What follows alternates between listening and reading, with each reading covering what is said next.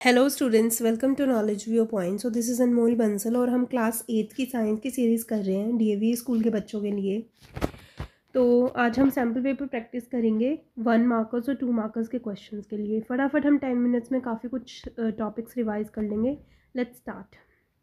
So first question is, a beam of parallel rays of light when incident on a device emerges out of it and get converged at a point the device is likely to be। यहाँ आपको कह रहे हैं, ये आपका light के chapter से है कि अगर एक बीम ऑफ पैरेलल रेज आ रहा है, इस तरह से पैरेलल रेज आ रही हैं, ठीक है, तो वो यहाँ से रिफ्लेक्ट होकर इंसिडेंट होकर बाहर की तरफ इमर्ज आउट हो रहे हैं और एक ही पॉइंट में कन्वर्ज हो रहे हैं। तो वो ये कौन सी डिवाइस है? तो ये आपको दिख रही होगी कि मैंने क्या ड्रॉ किया है, convex lens. Very good. So answer is convex lens. तो इसका आंसर होगा A option, convex lens. Next question है आपके पास, the audible range of sound for human beings is. Audible range मतलब जो सुनने की शक्ति होती है ह्यूमन बींग्स की, ये साउंड चैप्टर से है कि ह्यूमन बींग्स किस रेंज के बीच में सुन सकते हैं। It is 20 hertz to 20 kilo hertz. First option है बिलो 20 हर्ट्स, ये इंफ्रासोनिक साउंड्स हुई, ये भी गलत है। बी ऑप्शन है 20 हर्ट्स टू 20,000 हर्ट्स, ये आपका सही ऑप्शन है बिल्कुल। फर्स्ट का कन्वेक्स यहाँ पे बी, 20 हर्ट्स टू 20,000 हर्ट्स, ठीक है। सी ऑप्शन है 20 hertz to 2 kilo hertz above 20,000 hertz. तो ये सारे गलत है, ये आपकी इंफ्रासोनिक होती हैं, ये आपकी अल्ट्रासोनिक होती हैं। तो ये वाली जो साउंड रेंज है आपकी 20 हर्ट्स टू 20,000 हर्ट्स, ये आपकी ऑडिबल रेंज है ह्यूमन बींग्स के लिए, ये आपने ध्यान रखना है। अक्सर ये क्वेश्चन आता ही आता है। करते हैं नेक्स्ट क्वेश्चन, ठीक है। Third, which name a non metal which exist in liquid state. ऐसा कौन सा नॉन मेटल है? नॉन मेटल्स या तो गैशियस फॉर्म में होते हैं, पर आपको बताना है कि कौन सा नॉन मेटल है जो लिक्विड स्टेट में पाया जाता है। तो first option is mercury.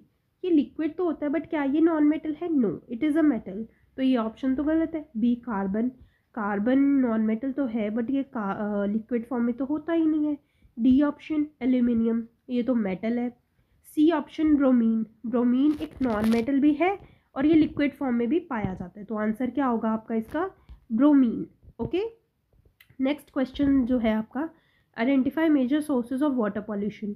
Water pollution के मेजर सोर्सेज कौन से हैं? वैसे तो ये चैप्टर आपको आ ही नहीं रहा है आई थिंक इस बारी, तो हम ये नहीं करेंगे। फोर्थ क्वेश्चन और फिफ्थ क्वेश्चन वाले चैप्टर्स जो हैं इस बारी नहीं आ रहे हैं डीएवी बोर्ड में। तो हम करते हैं next question. Mention the name given to property by virtue of metals can be beaten into thin sheets।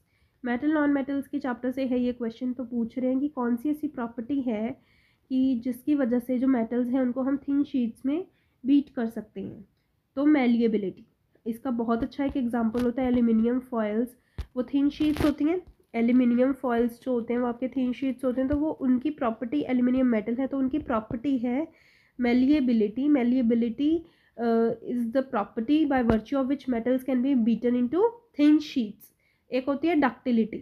Ductility का क्या काम है? बीटन इनटू थिन वायर्स, जिससे वायर्स बनती हैं, जैसे कॉपर वायर्स इलेक्ट्रिकल फिटिंग्स में यूज होती हैं, ठीक है। बहुत ही इजी क्वेश्चन था। करते हैं next question. Name two metals that are more reactive than aluminium. आपको दो मेटल्स बताने हैं जो एल्यूमिनियम से ज़्यादा रिएक्टिव होते हैं। तो आपको रिएक्टिविटी सीरीज लर्न होगी, कालू, नाथ, का, माली, आलू, ज़रा फीके पकाता है। चलो हमें अभी इतनी ज़रूरत है। उन्होंने पूछा कि दो metals that are more reactive than aluminium, ये रिएक्टिविटी सीरीज़ है तो ये डिक्रीजिंग ऑर्डर है रिएक्टिविटी का।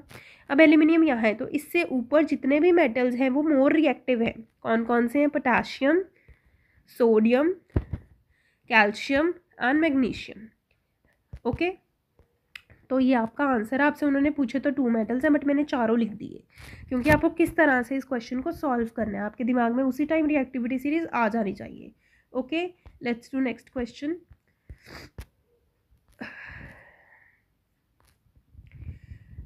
The normal human eye can comfortably see a book lying on the table as well as stars in the sky.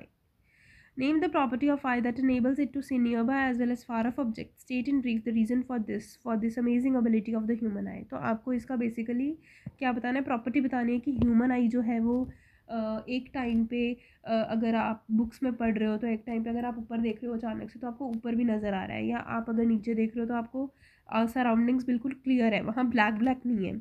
तो ये कौन सी property है? ये प्रॉपर्टी होती है आपकी पावर ऑफ अकोमोडेशन। कौन सी प्रॉपर्टी होती है? Power of accommodation.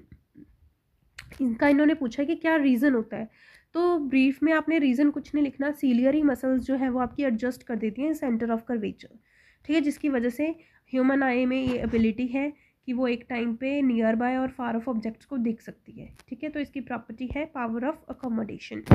Let's do next question. अब ये वन वर्ड क्वेश्चन हैं, काफ़ी सारे हैं इसमें। पहला है name the part of human I which is responsible for colour vision. Colour vision के लिए कौन सा पार्ट रिस्पॉन्सिबल होता है ह्यूमन आई का? जाओ जल्दी। Corn sales. सी से कलर, सी से कॉर्न, ठीक है। तो यहाँ पे आप क्या लिखोगे? Cone cells. क्या आ जाएगा? Corn sales. क्लियर बच्चों? एक होते हैं रॉड सेल्स जो डिम और ब्राइट लाइट के लिए रिस्पॉन्सिबल होते हैं। कलर विजन के लिए कौन रिस्पॉन्सिबल होता है? Cone cells. नेक्स्ट है changing the curvature of human eye. Curvature अभी हमने पढ़ा, जो रीज़न होता है पावर ऑफ अकोमोडेशन के लिए। तो ये कौन करता है चेंजिंग द कर्वेचर? कौन चेंज करता है? ये भी सी से है आपका, सीलियरी मसल्स। कौन करता है? Ciliary muscles. Okay, ciliary muscles. Next question है regulate the amount of light entering the eye. कौन करता है कि कितनी लाइट आई में एंटर करेगी? कौन रेगुलेट करता है? आयरिस। कौन रेगुलेट करता है? आयरिस। इसका आंसर होगा आयरिस। अब नेक्स्ट क्वेश्चन है आपके पास प्रोवाइडिंग प्रोटेक्टिव लेयर। बहुत ईजी है। प्रोटेक्टिव लेयर कौन होता है? कॉर्निया। अब देखो सी मोस्टली सी से आने वाले थे इसमें आंसर सारे। कलर विजन कौन देता है? Cone cells. कर्वेचर कौन चेंज करता है? Ciliary muscles. और अमाउंट ऑफ लाइट कौन रेगुलेट करता है? आयरिस। प्रोटेक्टिव लेयर कौन सा होता है? Cornea. That's it for this question. Let's do next question. Seema purchased a CD from a shop. While coming home, she was thrilled to see a pattern of beautiful colors formed on it due to sun rays falling on it. Name and define the phenomena involved. अब देखो, suppose एक CD है, उसके ऊपर sun rays fall कर रही हैं और वो उस पर पैटर्न्स बन रहे हैं अलग अलग कलर्स के, ठीक है। तो वो क्या फिनोमिना है? तो वो क्या फिनोमिना होगा? आपको क्या लगता है कि वो क्या फिनोमिना है? ठीक है, वो होता है आपका विबग्योर। विबग्योर बनता है ना, 7 कलर्स में स्प्लिट हो जाता है। तो ये क्या हो रही है? लाइट डिस्पर्स हो रही है, सन रेज फॉल कर रही हैं और लाइट रेज डिस्पर्स कर रही हैं। तो वो क्या है आपके पास? डिस्पर्शन ऑफ लाइट है। डिस्पर्शन ऑफ लाइट की उन्होंने डेफिनेशन भी पूछ ली कि जो फिनोमेना है वो नेम भी कर दो, डिफाइन भी कर दो। तो it is splitting of white light into 7 colours is known as dispersion of light, ठीक है। विबग्योर कलर्स भी आप बता दोगे कौन कौन से? Violet, indigo, blue, green, yellow, orange. That's it for this question. कोई भी क्वेश्चन रेनबो हो, चाहे प्रिज्म वाला क्वेश्चन हो, जैसे ये सीडी का आया, ये क्वेश्चन, जहाँ पे भी आपके पास अलग अलग कलर्स, ब्यूटीफुल कलर्स आएंगे, वहाँ पे डिस्पर्शन ऑफ लाइट वाला ही आंसर आएगा। Next question, name the following a metal having very low melting point. कोई एक ऐसा मेटल बताओ जिसका बहुत लो मेल्टिंग पॉइंट होता है। तो ऐसा मेटल आपके पास होता है मरकरी। मरकरी का फॉर्मूला Hg होता है, ठीक है। ये लिक्विड होता है रूम टेम्परेचर पे, तो ये जल्दी मेल्ट हो जाएगा। आपको पता है जब ये रूम टेम्परेचर पे ही लिक्विड है तो इसी का मेल्टिंग पॉइंट लो होगा। तो इसका आंसर हो गया mercury.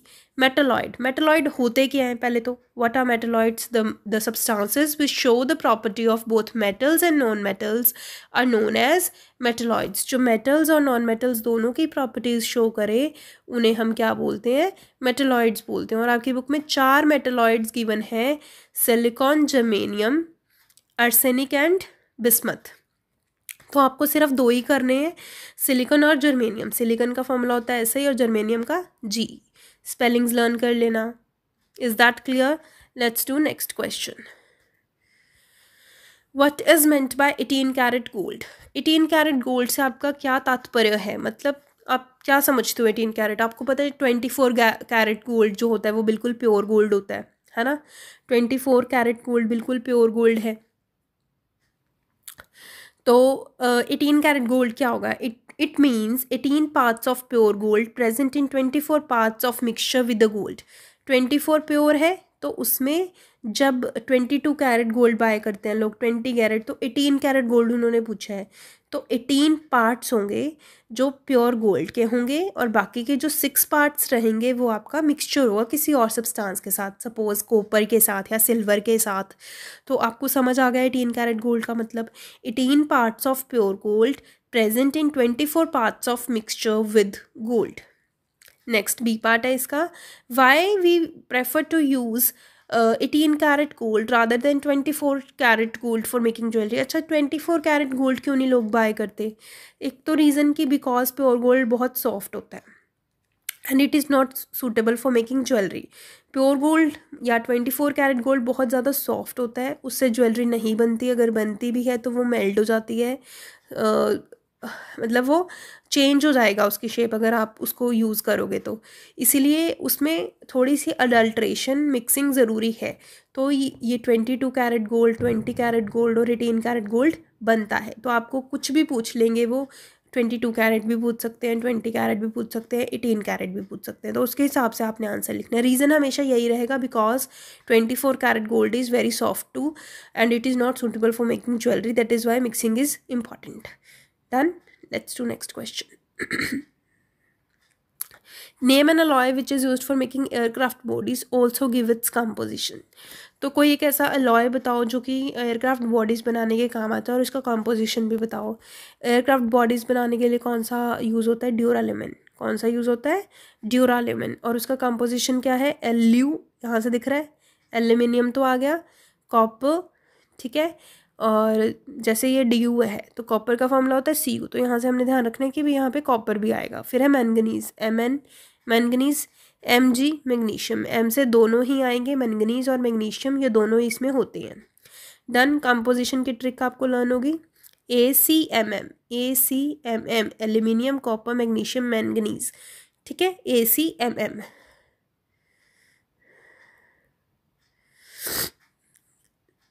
Next question, give two uses each of the following. आपको इनके यूजेस लिखने हैं, नायलॉन का यूज़ लिखना है, एक्राइलन का यूज़ लिखना है।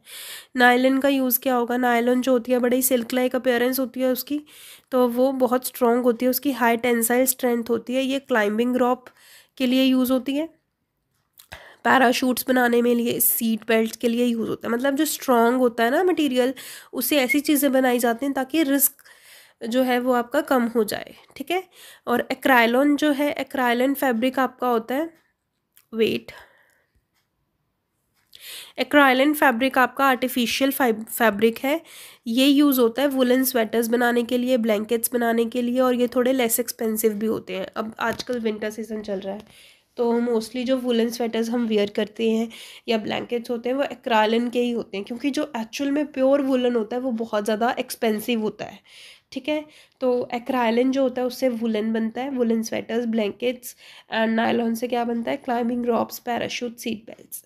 और नायलॉन को हम क्या बोलते हैं? वंडर पॉलीमर भी बोलते हैं, इसे क्या बोलते हैं? वंडर पॉलीमर भी बोलते हैं। ये भी अक्सर क्वेश्चन आता है, नेम वंडर पॉलीमर, तो आपको बताना होता है इट इज़ नायलॉन।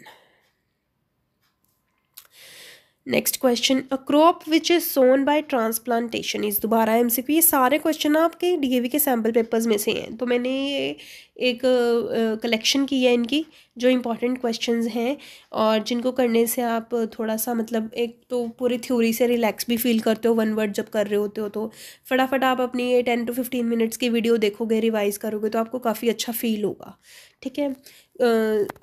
क्वेश्चन है, a crop which is sown by transplantation is barley, wheat, groundnut, paddy. ये पॉडी नहीं, यहाँ पे आएगा पैडी, PADDY, तो इसका आंसर पैडी है। पैडी जो होते हैं वो आपके राइस होते हैं, तो वो छोटी छोटी सीडलिंग्स जब हो जाते हैं उनके ग्रीन ग्रीन वो लीफी से हो जाते हैं, तो उनको उठा के वो दोबारा ट्रांसप्लांट करते हैं। तो यहाँ पूछा है कि दोबारा किसको उगाया जाता है, मतलब प्रतिरोपण द्वारा उगाई जाने वाली कौन सी फसल है, तो वो होते हैं चावल, धान, पैडी, इसका आंसर होगा। नेक्स्ट क्वेश्चन है, Geeta's heart started beating faster when she was watching a horror movie due to secretion of, ये डॉल्सन्स वाले चैप्टर से क्वेश्चन है आपका कि वो एक मूवी देख रही है गीता, हॉरर मूवी, और उसका बड़ा ही दिल तेज़ धड़कने लग जाता है, वो हॉरर मूवी है, तो उसकी बॉडी में क्या सीक्रेट हुआ है।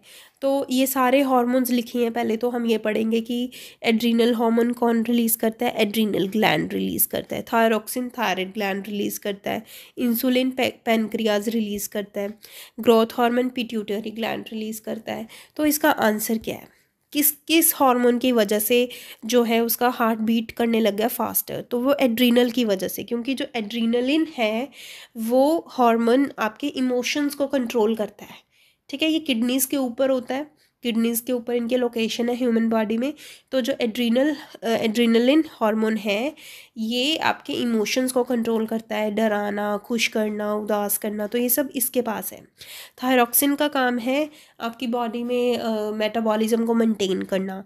ग्रोथ हार्मोन आपके जो ह्यूमन ग्रोथ है उसके रिलेटेड है, रिप्रोडक्टिव हेल्थ के। जैसे मेल्स में टेस्टिस होता है तो टेस्टिस से टेस्टिस्टेरॉन वो रिलीज़ करवाता है। ओवरीज होती हैं फीमेल्स में तो वहाँ से एस्ट्रोजन रिलीज़ होता है, तो वो सारा पिट्यूटरी ग्लैंड मैनेज करता है ग्रोथ हार्मोन।